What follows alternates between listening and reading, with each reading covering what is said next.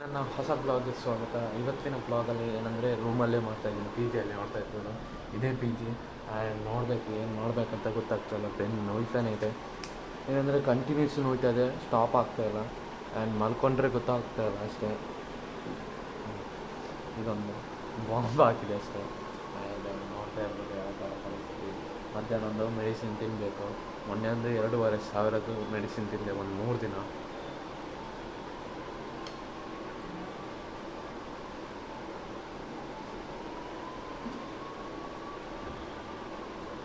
ಏನಂದರೆ ಲಿವರಿಗೆ ಸ್ಕೋರ್ ಕಮ್ಮಿ ಬಂತು, ಅದಕ್ಕೊಂದು ಆಮೇಲೆ ಸರಿ ಆಯಿತು. ಆ್ಯಂಡ್ ಈಗ ಬೆನ್ನು ಮಾತ್ರ ಕಮ್ಮಿ ಆಗ್ತಾಯಿಲ್ಲ. ಏನು ಮಾಡಬೇಕಂತ ಗೊತ್ತಾಗ್ತಾಯಿಲ್ಲ. ಕೆಲಸ ಮಾಡೋಕ್ಕೂ ಮನಸ್ಸೇ ಬರ್ತಾಯಿಲ್ಲ ಬೆನ್ನುವಿಂದ. ಆದರೂ ಏನಂದರೆ ಮೇಂಟೆನೆನ್ಸ್ ಸುಲಭ ಇದೆ, ಆದರೆ ಏನು ಮಾಡಬೇಕಂತ ಗೊತ್ತಾಗ್ತಾಯಿಲ್ಲ. ನೋಡ್ತಾ ಇರ್ಬೋದು ನಮ್ಮ ಟಾಯ್ಲೆಟು, ರೂಮು ಯಾವುದೆಲ್ಲ. ಏನು ಬ್ಲಾಗ್ ಮಾಡಬೇಕಂತ ಗೊತ್ತಿಲ್ಲ. ಫೇಸು ಚೆನ್ನಾಗಿಲ್ಲ, ಟೈಮೇ ಸರಿ ಇಲ್ಲ ಬಿಡಿ. ಬೇಸಲ್ಲ, ನಮ್ಮ ಟೈಮೇ ಸರಿ ಇಲ್ಲ. ನೋಡೋಣ. ಯೂಟ್ಯೂಬೊಂದು ಆಗಲ್ಲ. ಕನ್ನಡದಲ್ಲೂ ಮಾಡೋರು ಮಾತ್ರ ಗ್ರೇಟ್ ಅಷ್ಟೇ. ಆದರೆ ಈಗ ಮಾಡ್ತಿದ್ದೀರಂದರೆ ತುಂಬ ಕಷ್ಟ ಇದೆ. ಆ್ಯಂಡ್ ಮೇಲೆ ಬರಬೇಕಂದ್ರೆ ಆಗಲ್ಲ. ಕನ್ನಡದಲ್ಲಿ ಆಗೋದೇ ಇಲ್ಲ. ಯಾವುದೇ ಕನ್ನಡ ಯೂಟ್ಯೂಬರ್ ಶುರು ಮಾಡಿದರು ವೇಸ್ಟು. ಮಾಡ್ತಾರೆ ಅಷ್ಟೇ, ಆಮೇಲೆ ಸುಮ್ಮನೆ ಬಿಡ್ತಾರೆ ನಂತರ. ನಾನು ತುಂಬ ಬ್ಲಾಗ್ ಮಾಡಿದ್ದೀನಿ ಕನ್ನಡದಲ್ಲೂ, ಆದರೂ ಟೈಮು ಎಲ್ಲ ವೇಸ್ಟು. ನನ್ನ ಲೈಫೇ ವೇಸ್ಟ್. ಈಗ 23 ಏಜ್ಗಳು. ಯಾರ್ಯಾರು ಹೇಗಿದ್ದಾರೋ ಗೊತ್ತಿಲ್ಲ. ನಾನಂತೂ ಓಡ್ತಾನೇ ಇದ್ದೀನಿ. ಏನು ಮಾಡಬೇಕಂತ ಗೊತ್ತಿಲ್ಲ. ಮಾಡಬೇಕು ಇದೆ ಬ್ರೋ, ಟ್ಯಾಲೆಂಟ್. ಏನಂದರೆ ಆ ಕೆಲಸ ಮಾಡಬೇಕು ಅನಿಸುತ್ತೆ. ಆದರೆ ಆ ಮಧ್ಯದಲ್ಲಿ ಹೆಲ್ತ್ ಇಶ್ಯೂ, ಅದು ಪ್ರಾಬ್ಲಮ್, ಈ ಪ್ರಾಬ್ಲಮ್ ಬಂದು ಆ ಟಾರ್ಗೆಟೇ ಕಂಪ್ಲೀಟ್ ಮಾಡೋಕ್ಕಾಗ್ತಾಯಿಲ್ಲ. ಏನು ಮಾಡಬೇಕಂತ ಗೊತ್ತಾಗ್ತಾಯಿಲ್ಲ. ನನ್ನ ಟೈಮ್ ಸರಿ ಇಲ್ವಾ, ನನ್ನ ಲೈಫೇ ಹಿಂಗೇನಾ ಗೊತ್ತಾಗ್ತಾಯಿಲ್ಲ ಗುರು. ಜೀವನನೇ ಈ ಥರ ಅನಿಸುತ್ತೆ. ನನ್ನ ಜೀವನ ಯಾವ ಥರ ಅಂತ ಗೊತ್ತಿಲ್ಲ ಗುರು. ಎಲ್ಲ ಕಲ್ಕೊಂಡಿದ್ದೀನಿ ಗುರು. ಬದುಕಿದ್ದು ವೇಸ್ಟ್. ನನ್ನ ಮಗ ನಾನೇ ಅನಿಸುತ್ತೆ. ಏನು ಚಟನೂ ಇಲ್ಲ ಗುರು. ನಾನೇ ಬರೋ ಬ್ಲಾಗ್ ಮಾಡಿದೆ, ಅದು ಮಾಡಿದೆ, ಇದು ಮಾಡಿದೆ, ಏನೇನು ಮಾಡಿದೆ ಗುರು. ಏನೂ ಆಗಿಲ್ಲ. ಗುರು ನನಗೇನೆ ಯಾಕೆ ಆಗ್ತದೆ ಅಂತ ಗೊತ್ತಾಗ್ತಾಯಿಲ್ಲ ಗುರು. ಆಯಿತು ಗುರು, ಸಾಯಿಸಿ ಯೂಟ್ಯೂಬ್ ಬಿಡೋಣ ಅಂತ ಯೂಟ್ಯೂಬ್ ಬಿಟ್ಟೆ. ಕೆಲ್ಸಕ್ಕೆ ಹೋಗೋಣ. ಕೆಲಸದಲ್ಲಿ ಏನಾದರೂ ಸಂಪಾದನೆ ಮಾಡಿ ಏನಾದರೂ ಮನೆಗೆ ಇದು ಮಾಡೋಣ ಅಂತ ಅಂದ್ಕೊಂಡೆ. ಮೇಂಟೆನೆನ್ಸ್ ಹೋಗಿ ಅದೂ ಆಗ್ತಾಯಿಲ್ಲ. ಹೆಲ್ತ್ ಇಶ್ಯೂ ಬರ್ತಾಯಿದೆ. ನನ್ನ ಹಣೆ ಬರದಲ್ಲಿ ಸಂಪಾದನೆ ಮಾಡೋ ಇದೇ ಇಲ್ವಾ ಏನೋ ಗೊತ್ತಿಲ್ಲ. ಏನಾದರೂ ಬಿಸ್ನೆಸ್ ಮಾಡಬೇಕಂದ್ರೆ ಹಣ ಬೇಕು. ಹಣ ಅಂದರೆ ಲೋನಿಗೂ ಆಗ್ತಾಯಿದೆ. ಏನಾದರೂ ಕೈ ಹಾಕ್ಬೇಕಂದ್ರೆ ಕೈ ಹಾಕಿದರೆ ಈಗೇ ಆಗೋದಾಗ ಗೊತ್ತಾಗ್ತಾಯಿಲ್ಲ. ಫಸ್ಟು ಇನ್ಸ್ಟಾಲೇಷನ್ ಮಾಡ್ತಾಯಿದ್ದೆ. ಏನಾದರೂ 1 ವರ್ಷ ಮಾಡಿ ಹೊರದೇಶಕ್ಕೆ ಹೋಗೋಣ ಅಂತ ಅಂದ್ಕೊಂಡೆ. ಆಗಲ್ಲ. ಏನಂದರೆ ಆವಾಗಲೇ ಹೆಲ್ತ್ ಇಶ್ಯೂ ಆಯಿತು. 1 ವರ್ಷ ಮನೇಲಿದ್ದೆ. ಮತ್ತು ಇನ್ನೊಂದು ಮೇಂಟೆನೆನ್ಸ್ ಹೋದೆ. ಅಲ್ಲೂ ಏನಂದರೆ ನನ್ನ ಪ್ರಾಬ್ಲಮ್ ಏನಂದರೆ ನೋಯ್ತಾಯಿತ್ತು. ಹೆವಿ ನಡಿಲಿಕ್ಕೆ, ಆಚೀಚೆ ಹೋಗ್ಲಿಕ್ಕೇ ಇತ್ತು.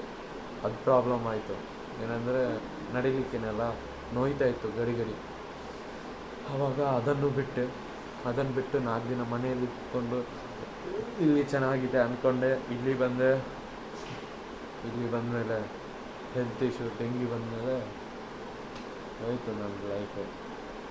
ಏನು ಮಾಡೋಕ್ಕಾಗ್ತದೆ ಅಂತ ಗೊತ್ತಾಗ್ತಾಯಿಲ್ಲ ಗುರು. ಡೆಂಗಿ ಬಂದಮೇಲೆ ಎಲ್ರಿಗೂ ಜ್ವರ ಬರುತ್ತೆ, ಆದರೆ ನಂಗೆ ಪೇಯ್ನ್ ಬರ್ತಾಯಿದೆ.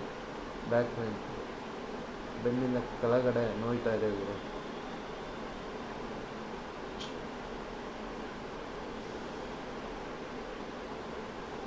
ನನ್ನ ಕಥೆನೇ ಅಷ್ಟೇ ಗುರು.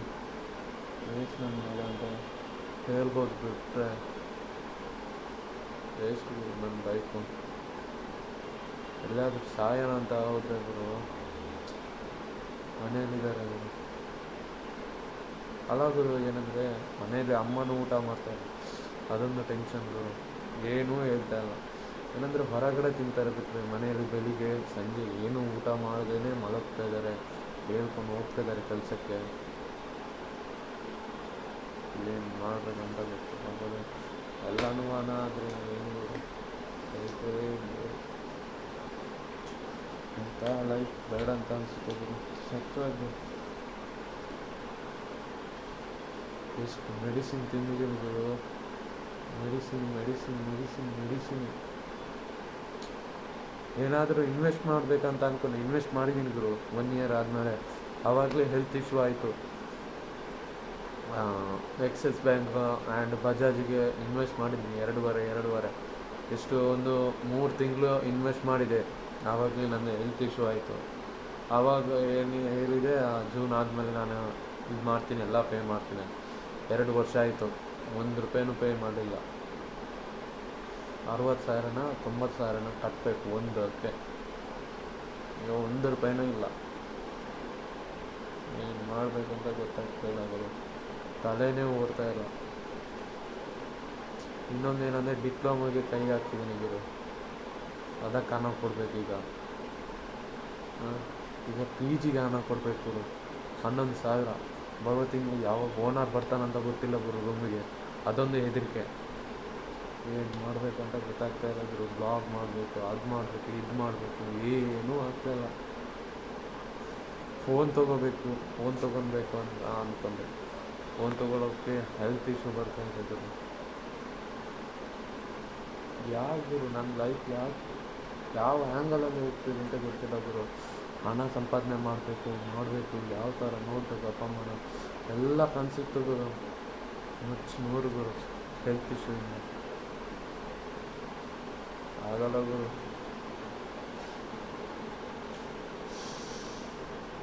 ದೇವರು ಯಾವ ಥರ ಆಗಿದೆ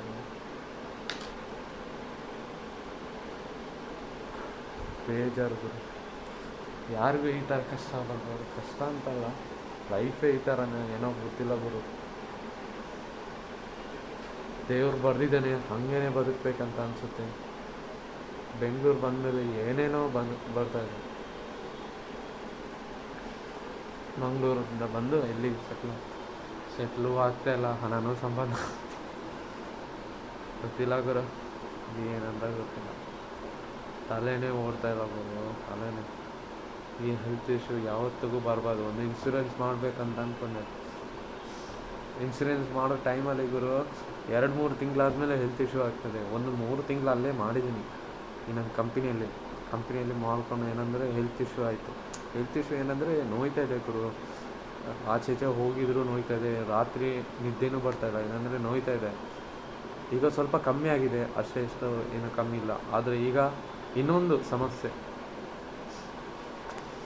ದೇವ ನನ್ನ ಲೈಫ್ ಈ ಥರ ನಾವು ಗೊತ್ತಿಲ್ಲ ಗುರು. ದೇವ್ರು ಹೊಡೆದ್ಬಿಟ್ಟಿದ್ದಾನೇನು, ಏನು ಮಾಡೋಕ್ಕಾಗುತ್ತೆ. ನಿಮ್ಮ ಲೈಫಲ್ಲೂ ಈ ಥರ ಕಷ್ಟ ಇರ್ಬೋದಾ ಅನಿಸುತ್ತೆ ಗುರು. ನಂದೇನೋ ಚಿಕ್ಕದು ಅನಿಸ್ಬೋದು, ನಿಮ್ಮದೇ ದೊಡ್ಡದಂತೂ ಅನಿಸ್ಬೋದು.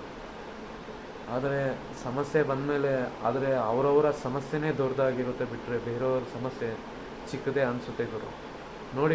ನಿಮ್ಮ ಪ್ರಕಾರ ಅದೇ ನಿಮ್ಮ ಸಮಸ್ಯೆ ನೋಡಿದರೆ ಗುರು, ನನ್ನ ಸಮಸ್ಯೆನೇ ಅಲ್ವ ಅಂತ ಅನಿಸುತ್ತೆ. ನೋಡೋಣ, ಮುಂದಿನ ಬ್ಲಾಗಲ್ಲಿ ಸಿಗೋಣ ಗುರು. ಇಷ್ಟೇ ಬ್ಲಾಗ್ ಮಾಡೋಕ್ಕೆ ಏನು ಕಂಟೆಂಟ್ ಸಿಗ್ತಾಯಿಲ್ಲ. ಇದೇ ಒಂದು ಆದರೂ ಮಾಡಲಿ. ನನ್ನ ಸಮಸ್ಯೆನ ಹೇಳ್ಕೋಬೇಕಂತ ಅನಿಸುತ್ತು. ಅದಕ್ಕೋಸ್ಕರ ಬ್ಲಾಗಲ್ಲಿ ಏನಂದರೆ ನನ್ನ ಸಮಸ್ಯೆನ ಹೇಳ್ಕೋಬೋದು. ಅದಕ್ಕೋಸ್ಕರ ಈ ಬ್ಲಾಗ್ ಮಾಡಿದೆ. ನಾನು ಈ ಬ್ಲಾಗ್ ಇಷ್ಟ ಆದರೆ ಒಂದು ಲೈಕ್ ಮಾಡ್ರಪ್ಪ ಅಷ್ಟೇ.